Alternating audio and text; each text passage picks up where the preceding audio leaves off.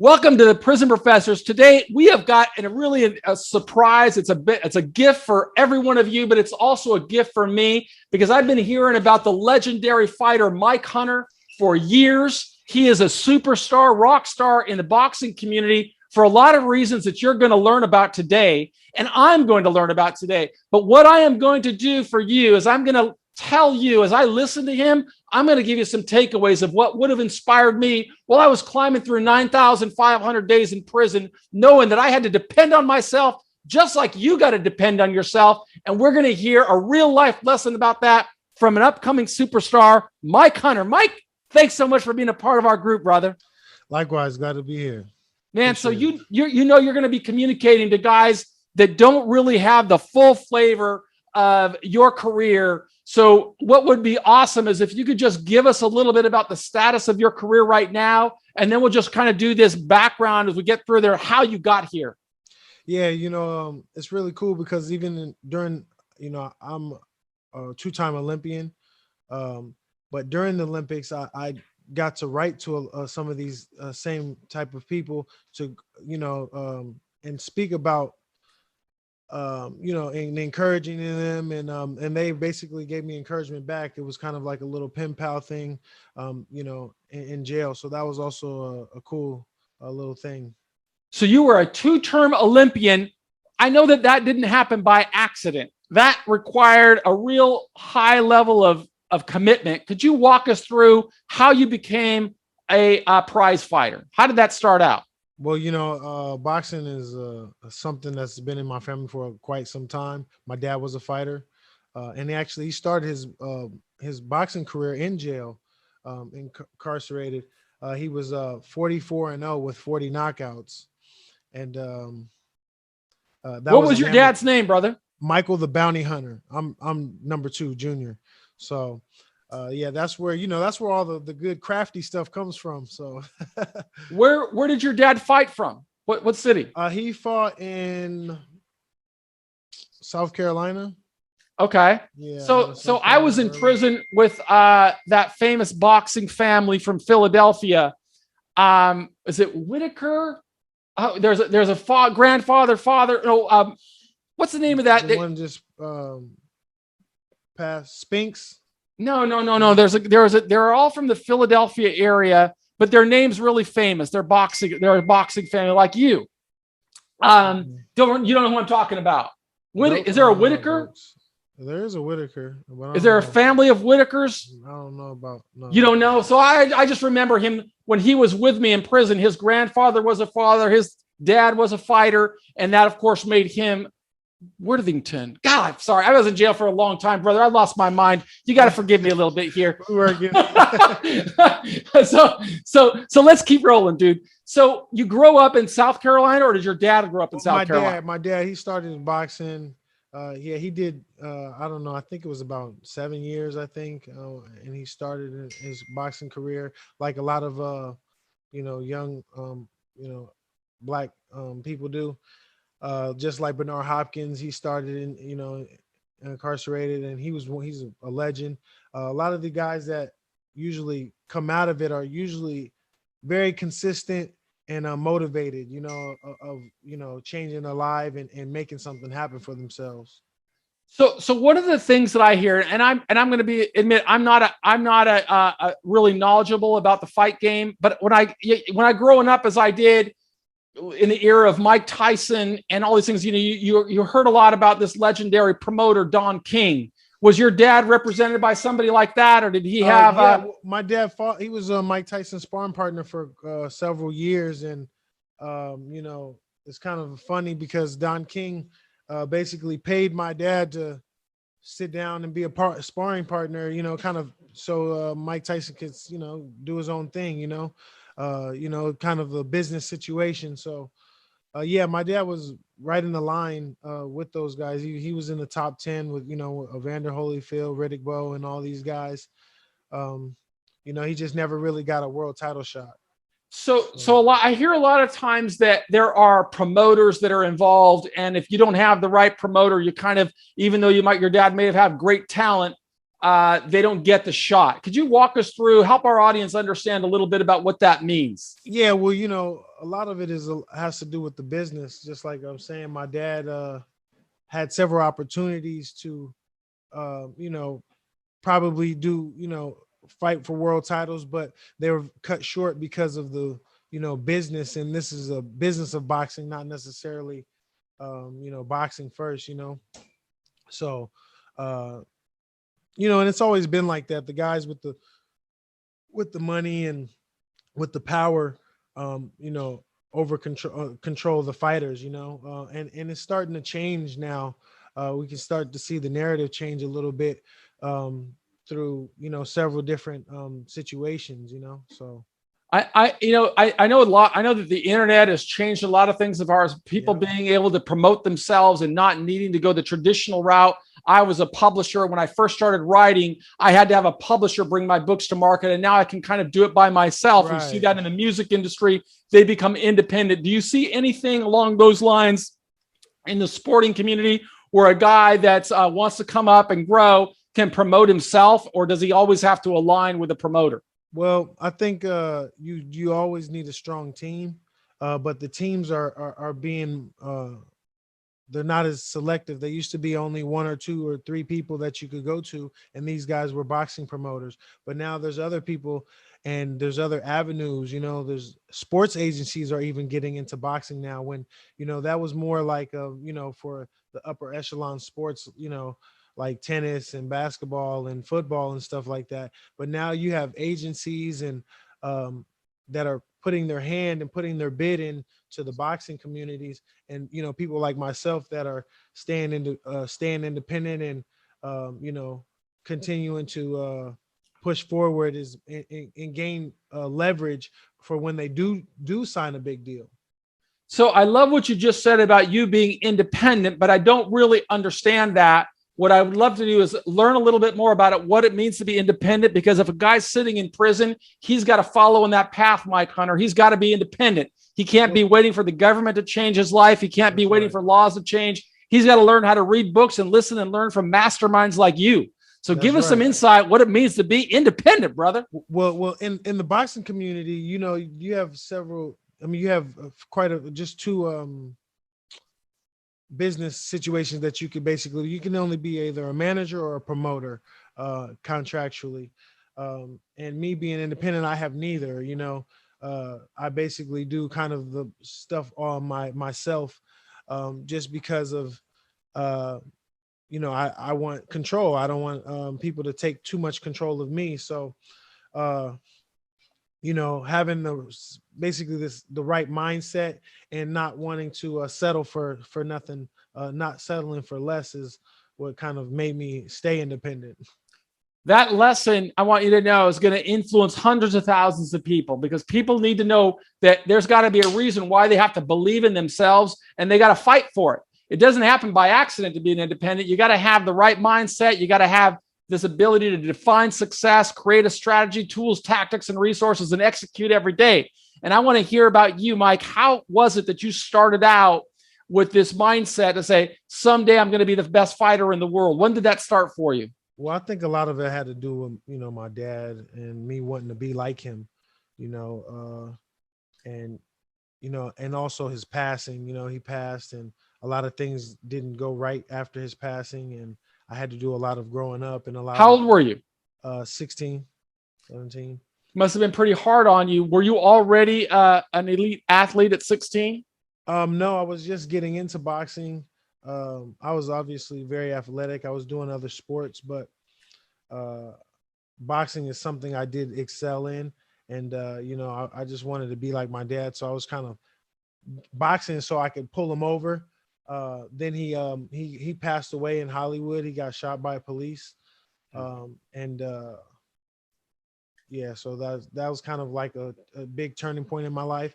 And I kind of made a decision there that, I told my mom and stuff that, she was okay, because that she was gonna have to work and, struggle and blah, blah, blah. So that was kind of like a big turning point for me. I ended up getting a lot of, I got thousands of dollars for school funding but I paid for the funeral and, got, bills and all that. So that was kind of something that made me basically look one direction. I think that's where we all tend to change directions. I think once we continue to just look one direction and walk forward, um, you know, then we're going the right path. Even if we're taking a break or not or two, we're not taking as many steps as we like to. But I think just walking the same way is a start. So when you were before you were 16, you said you weren't fighting, but you were doing other sports. What kind of sports were you excelling in? Well, my I was always in the gym because my dad was a boxer. My on my mom's side, they're all into boxing and managed and own the Muhammad Ali boxing gym in Santa Monica back in the day. Um, but I was excelling. I used to play basketball, high school, football. It was more of a team sports. But I found out that I very fast that I rather depend on myself. So it was I didn't like blaming other people or pointing the finger uh, at people when we took L's. So boxing is something that it was all eyes on me. It was something that it was very independent, and I could only I could see where I'm going. Even if I make a mistake, it lets me know where I'm making a mistake, not um, you know coaches, teams, or whatever. So it was more of a better to have an independent feeling.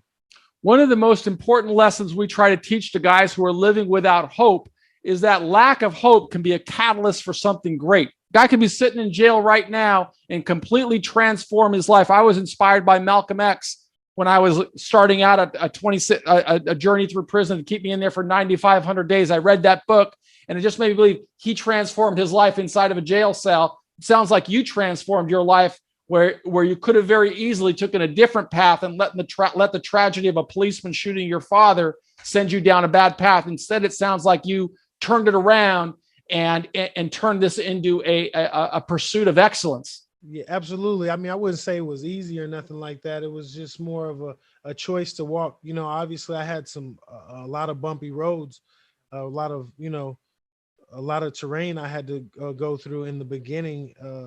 But it was a decision that was deep down, and and I just refused to just quit. So I can't say that I was constantly, like my whole life changed from that moment. But like I said, it was more like something for me to consistently walk forward. I want to take that message and spread it to people who are living without hope that they also can make a choice. They can start walking forward. If somebody, the guys who are most of my audience are people who are locked up, they don't have access to the internet, they don't have access to social media, but a lot of times they share it with their family members. And if their family members wanted to follow along on this career that you're building as the next great American world champion, how do they follow you? Oh man. How do they find your stuff? Well, I mean, you can Google me, my name, Michael Hunter. But if you want to follow me on social medias, I have Michael Bounty Hunter on Instagram. I have Michael Hunter, Roman numeral 2 on Twitter. And I'll be fighting very soon on Triller, which is not necessarily a boxing uh, situation, but well, I want to continue promoting you, but let's continue going along this story. If you've got the time to share with our audience, I'd like to hear a little bit more about the evolution of what came from that tragic moment when a policeman shot your father and you had to rebuild your life. Tell us the steps that you took. Well, man, for one, I always tell people if I ever tell this story, is that was one of the most tragic, obviously the most tragic, moment of my life. Uh, and definitely a breaking point, to see my family so broken, uh, and everybody, we're all in the same room and everybody just can't hold themselves together. That definitely did something to me. Um, so that was kind of a big turnout. But like I said, is me being consistent, me wanting to do better for for myself and for my family was where I was at. There's a saying that tragedy can turn us into a tomb or a cocoon. It can help you rebuild the next phase of your life. And I know that that's what you did, but you said that's what got you started in boxing on your professional career. Where did you train? What did you do? When did you have your first fights? Well, yeah. So then I started, I went to the local gym. I was already there. And Where's that local gym? it, it's in Las Vegas, Nevada.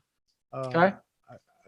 I grew up out of all over Las Vegas, but, you know, I just went to all the sorts of gyms. I stayed consistent, and consistently just worked and worked and worked.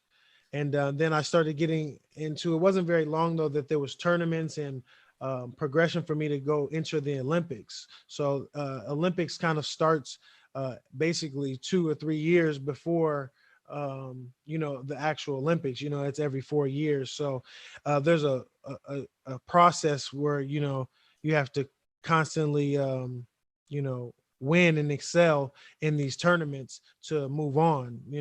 So I had a chance to. I actually had to fight one of my friends too in the gym, just to get the fight. But I got it, and we did it, and I had to have at least 5 fights. That was my 5th fight, which was one of my friends, and then I entered the what they call an open tournament, which you're basically more experienced than just the novice fighter. So, and it was I had a good trainer, I good people around me that really cared about what I wanted to do at that time too. I had a guy, trainer, his name is Augie Sanchez. He was a fighter, and he took me to the gym. He would take me to the mountains. We'd go run in the mountain, every morning and stuff like that. I was working.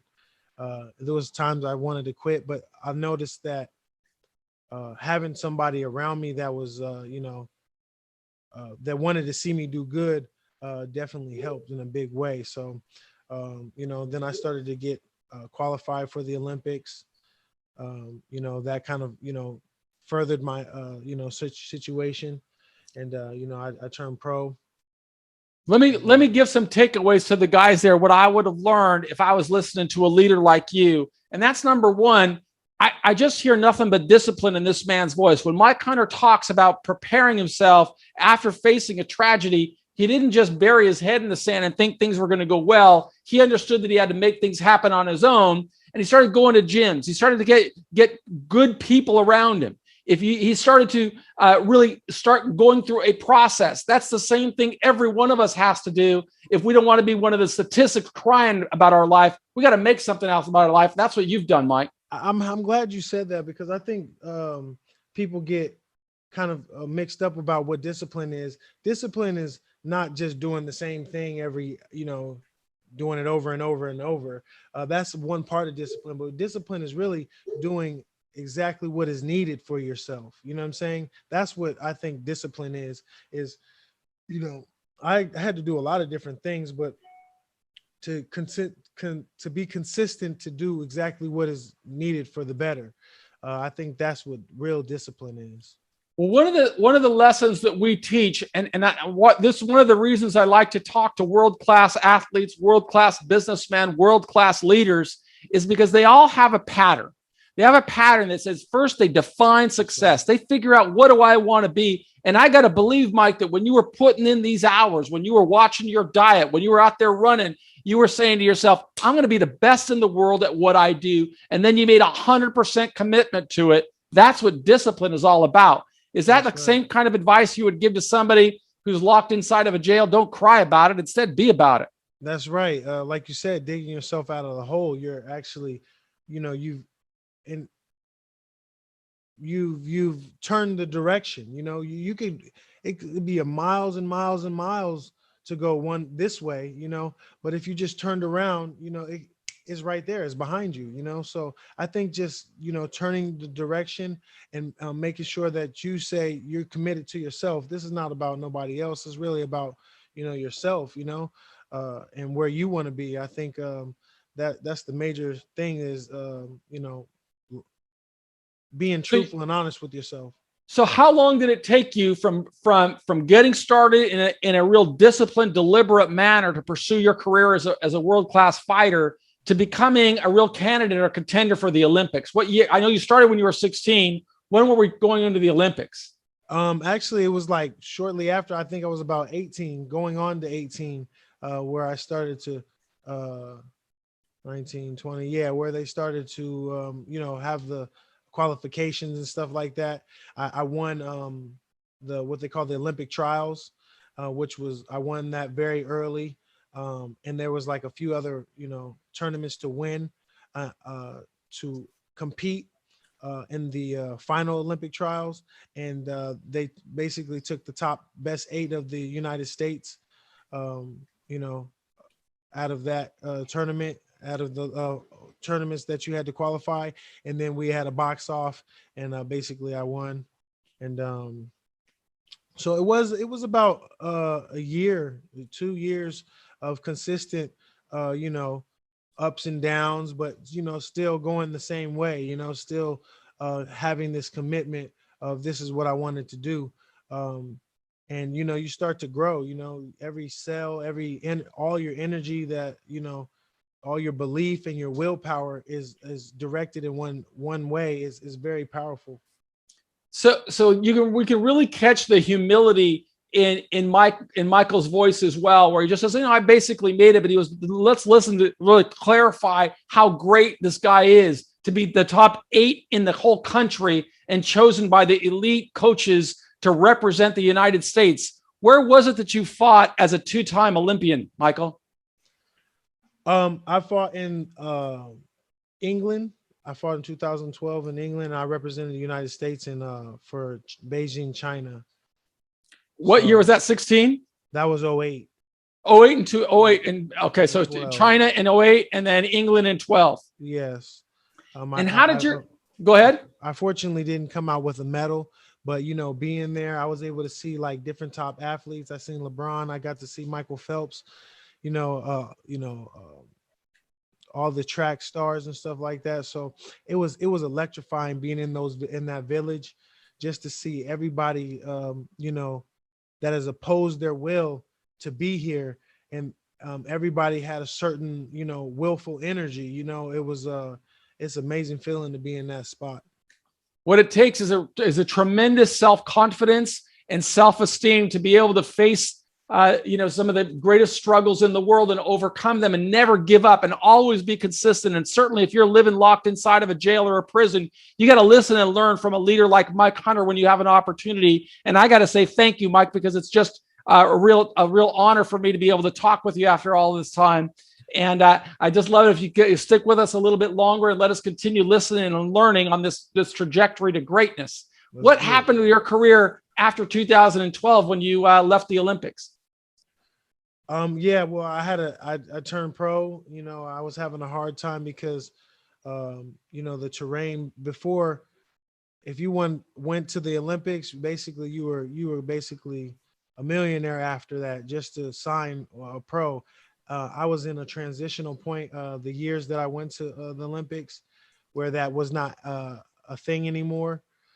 So I had a different, little longer road. It took me. I have 22 professional fights, or 20 professional fights, and all of them basically I kind of went against the grain. I was basically kind of like the B side in a sense. And which is very rare. Usually people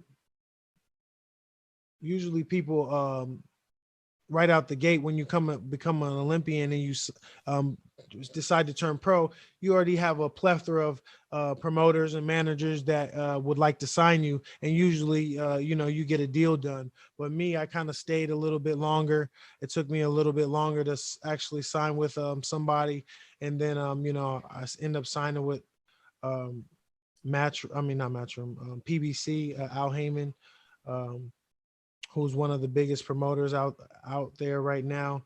And then I had my little run with them, but nothing really being with any of the companies that I've been with was never really satisfying. You know what I'm saying? I always wanted to just have, equality. You know what I'm saying? I just wanted to have a chance, an opportunity, and nobody's ever given me that. So, we just gotta, strap on the boots. You got to make that opportunity yourself. There's a saying, I don't know if you ever heard this before, Michael, but it's one of the things I teach in this course at Prison Professors. It says, and I'm going to ask you the question just like I asked these guys in prison. Do you know the best time to plant an oak tree? Right now.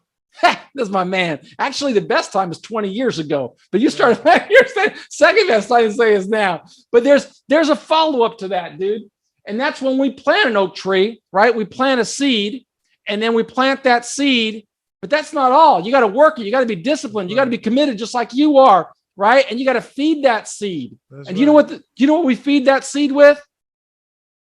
Fertilizer, right? Right. And do you know what fertilizer is? The growth, the stuff that makes it grow. But where do we get fertilizer? Do you know that? From the dumps. It's called shit, I think, right? Fertilizer is just a lot of shit, right? That's right. And that seed's got to grow through all that shit before it becomes a strong tree. And that's what we got to do. You said that you turned pro. I mean, you came out of the Olympics and ordinarily it would have been great, but it sounds like they've put you through a lot of shit. And you've had to always be strong and always never lose your faith and stay on the path and stay self-directed and self-motivated and create your own opportunities. That's why I love talking to guys like you. That's right. What does it mean to be the B side? You said I had 22 professional fights, but I was on the B side. Well, there's always when you're independent, there's always there's always a promoter that has a fighter, and there's a fighter that's not promoted by that fighter. And I'm usually the guy that's not promoted by that fighter. So all the odds are against me in that sense, or in some type of a 50-50 chance sometimes.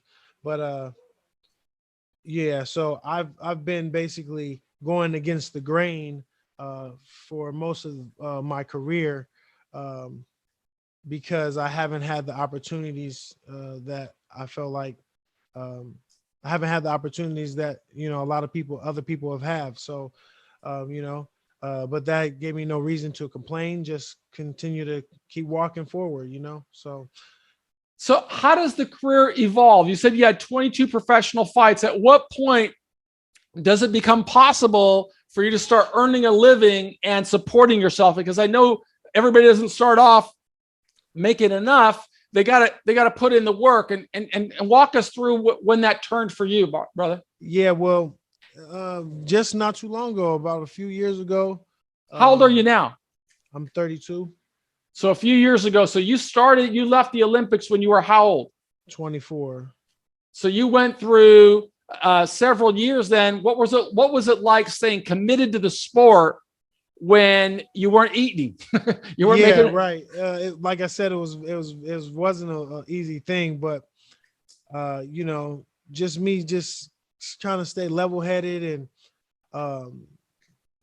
just trying to be consistent as much as I can. Obviously there was, there's tons of spots you're going to be missing and a lot of things you're going to be, going off track, but I just stayed, diligent to what I thought was mine. And I noticed the more I continued to do that, the more success I was having, the closer I was getting to what I really wanted. So, then it just kind of turned it up another level, and you just keep going more and more and more. So how did you have a job then? I mean, if you weren't earning money, yeah, and you're working hard, I had to do all sorts of little different things for money, and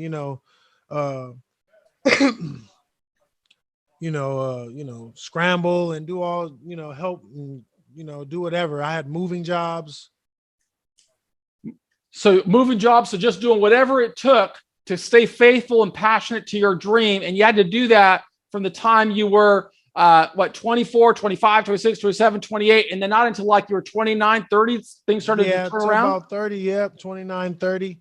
And how did they turn around for you? Well, I just had the right fight. Actually, one of the big ones was a fight I fought. I went overseas to England. Again, basically, as the B-side fighter, going against the house, if you will, where all the odds were against me. I was a 7-1 underdog, but I basically bet on myself. I mean, I literally bet on myself. I had borrowed some money from my friend, and I literally bet on myself on the knockout. But that was a good turning point for me. How much did you bet on yourself, Michael? It was about 2,500, I think. Right on. And you got a 7-1 payday? Yeah, sure did. That's awesome. Yeah, so it was awesome. And so how did you know? You just had the confidence that you'd invested so much time training that you said, I'm going to go in there, I'm going to kill him. Yeah. I think there was just the right time when it was preparation meets opportunity. You know what I'm saying? I felt very prepared.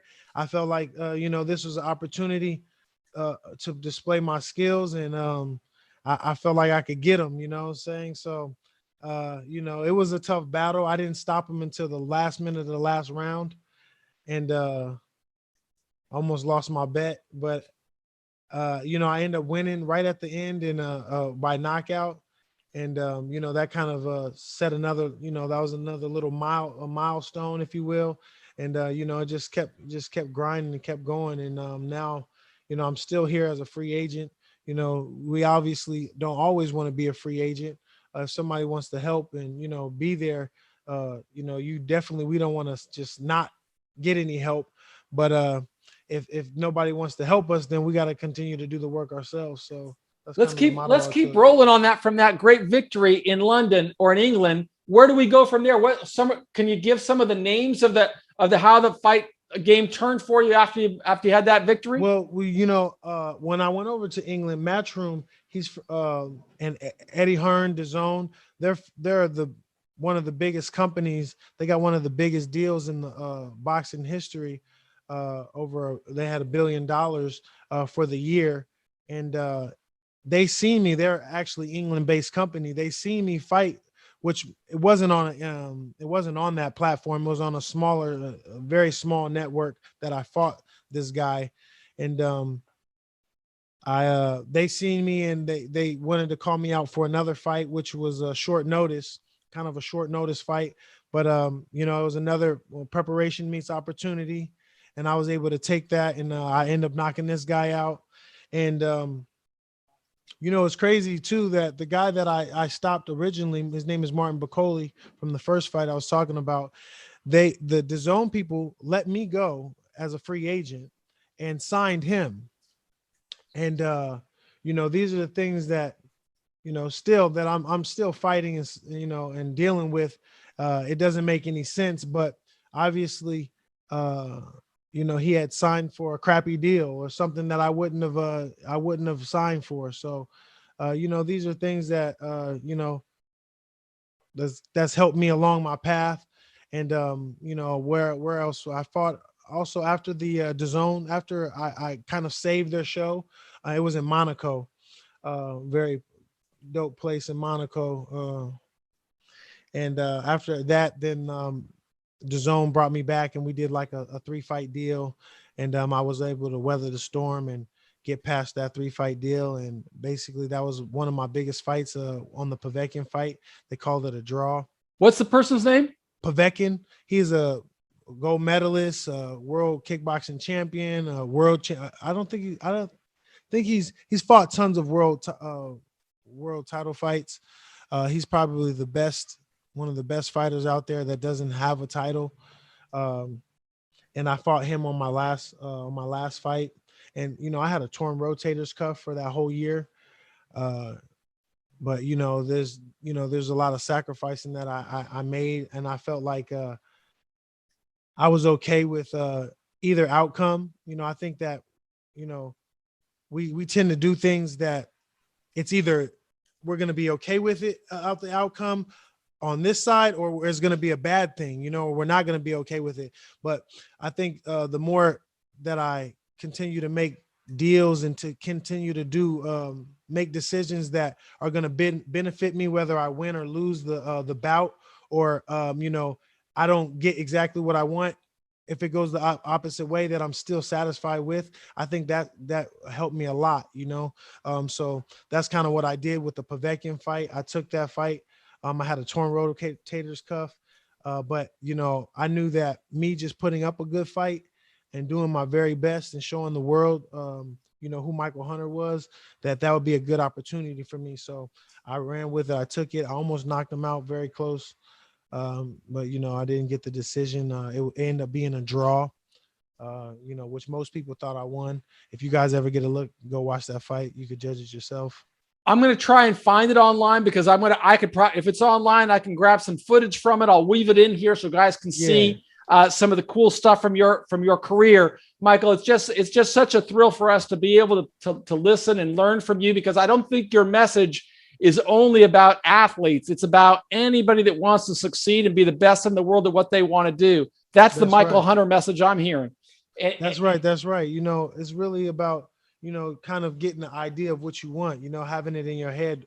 Our vision is very, our our words and our vision and our thoughts are very powerful. You know what I'm saying? So you have to protect that, you know, protect about what you think.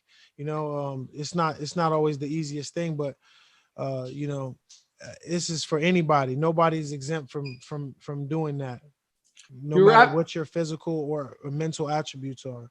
a person can be successful in any area of their life. I've known guys that have been extremely successful mowing lawns, and they're happy because they're pursuing their dream and they're following the Michael Hunter plan of That's making right. 100% commitment, being disciplined, That's getting up right. every day, never letting somebody else hold you down. Be That's right. independent if you got to be independent. That's Don't right. wait for opportunities, create it.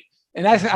I see and hear you do that. And I can't wait to be on the fan base and come over there and bet on some of those odds. When's the Let's do next it. time we get an opportunity to see you fight? Hopefully we will be June 5th. Um, In and June. yeah, in June we And thinking in where do you June. think that fight's going to take place? We're hearing that it's going to be in Florida. So, well, Well, must we be, still have to work out the kinks, work things out, but yeah, I think June 5th. what kind of training does a guy have to do? We're filming this video on March 17th, 2021. He just said that the next fight is expected in about 3 more months. What kind of training goes into these next 3 months? Oh man, it's vigorous. You know, you usually have a thing what they call pre-camp. You have 2 weeks of pre-camp. That's so you could get ready for all the torture that you're about to do. And actually pre-camp is like, you know, what they call like hell week. It's like, you know, actually it's harder. It's just as hard, but it's more of a physical thing. You know, you do a lot of weightlifting and a lot of movements, not necessarily boxing and sparring and stuff just yet. So you can prepare your body to go into these type of hard conditions. So and then after that, you have like a full maybe 6 to 11, you know, anywhere from 11 to 6 weeks worth of camp. um, and you have, you know, there's usually 3 or 4 sparring partners. You spar about three times a week, roughly, How about the depending. diet? Does your weight change during that 6 to 13 week cycle? Yeah, well, it depends. Yeah, depending because you tend to work harder. You're starting to put output. You're starting to get a lot stronger. Your metabolism is starting to speed up. You know, having more output, so you need to. You know, training is also about recovery. You know, and how you recover. So, uh, it has a lot to do with you know, kind of output and input. You know what I'm saying? So, you know, it's a balance, but there's a lot of preparation, a lot of sparring. You know, you want to try to do as much what is closest to the fight as you can. That's why they have guys. If the guy's tall, you want to have taller guys. If you know the guy's fast, you want to have fast guys. So you know, we kind of tend to do that. And the other days are just, you know, conditioning. We do a lot of running on the track, a lot of just, you know, Yeah, you got to be ready to go. How many rounds are these fights? 12 round fights. And sparring, you're probably doing maybe 30, anywhere from, you know, 25 to 50 rounds a week. You know, it could be a lot of punches, you know, to the head. and most of the hard work is really in the gym. The fight is usually the easy part. That's when you're in tip top shape. You've let your body come to a certain stature and peak. So usually you're in tip top shape to go into battle. But before that, it's all preparation. You have to get banged up a little bit. So You got to break some eggs to eat some omelets. yeah, that's right. So Michael, I'm really grateful to you for taking this time. I know that you're a busy guy. You got a lot of training to do. And I really want to thank my brothers at Pandora for Pandora Marketing for introducing me to you. What's your relationship with that company? Well, they just told me that they was going to give me an office, my own office. So I think that's all good. You know, no, uh, no, I have a good friend, he's like a brother to me, Brian, Lamas. I work really close with him. He's like a brother to me. He's been watching me go through my steps and supporting me. And he's always, tried to help me in some form or fashion, because he's always seen how diligent and consistent I was. And, but, I think he respect that. And, he helped me out. And he also, he works with Pandora. He helps out, and he's in a major way. And his bosses, all the guys, Bo, Rich, and Mo Gaines, who has the coolest name in the world. They like his mentors, and he basically kind of guided me and told me that he had some some highly high people, with great minds and great attitudes, that help him with his mentorship, and thought that it would be a good fit for me, and it sure was. So, I went to one of their they had a little party for the company, and I almost broke down in tears because I seen how tight they were. I didn't even know Bo and Rich at that time, but I noticed that when this was a small company, a very small but big in a way, very small, homey type of company. They're very close. All the coworkers are very close with each other. And it just made me, I didn't know something so big that you could control so many people and have so much of a unity. I thought that was a very unique thing for such a company like them. And it just kind of put me in tears, and they embraced me right away, and it's been just, from shooting from the stars from there.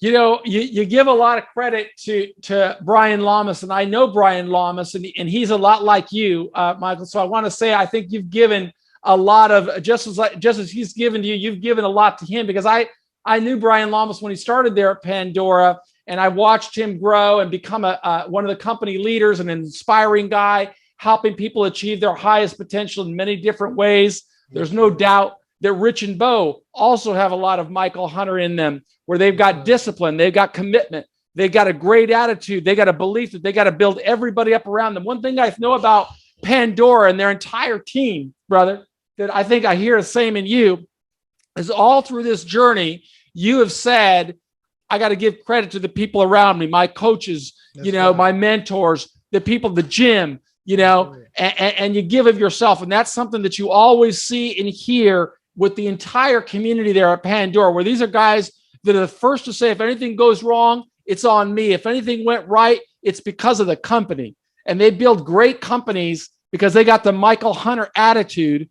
And if somebody's in prison and they want to follow that path, they can't be crying. They can't be complaining. They can't be waiting for the government to come and save their life. They can't be waiting for some decision maker to give them an opportunity. You got to be like Mike Hunter. You got to make that opportunity. That's right. I mean, if you stay positive and work diligently, it's not enough to just think positive, but actually be willing to do the positive things.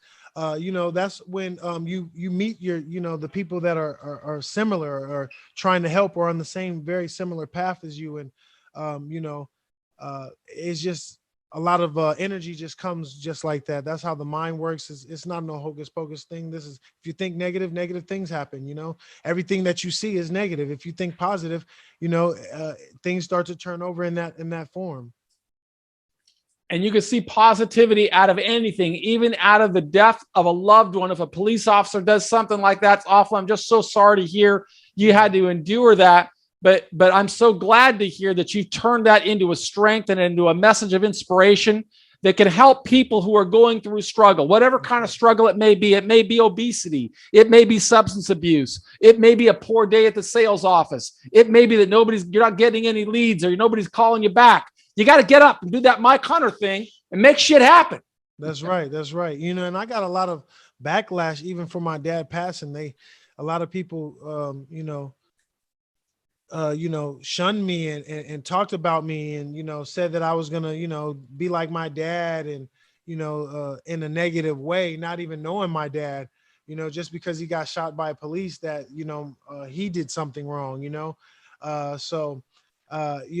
there was a lot of different things that I had to go through and that I still go through to this day. But,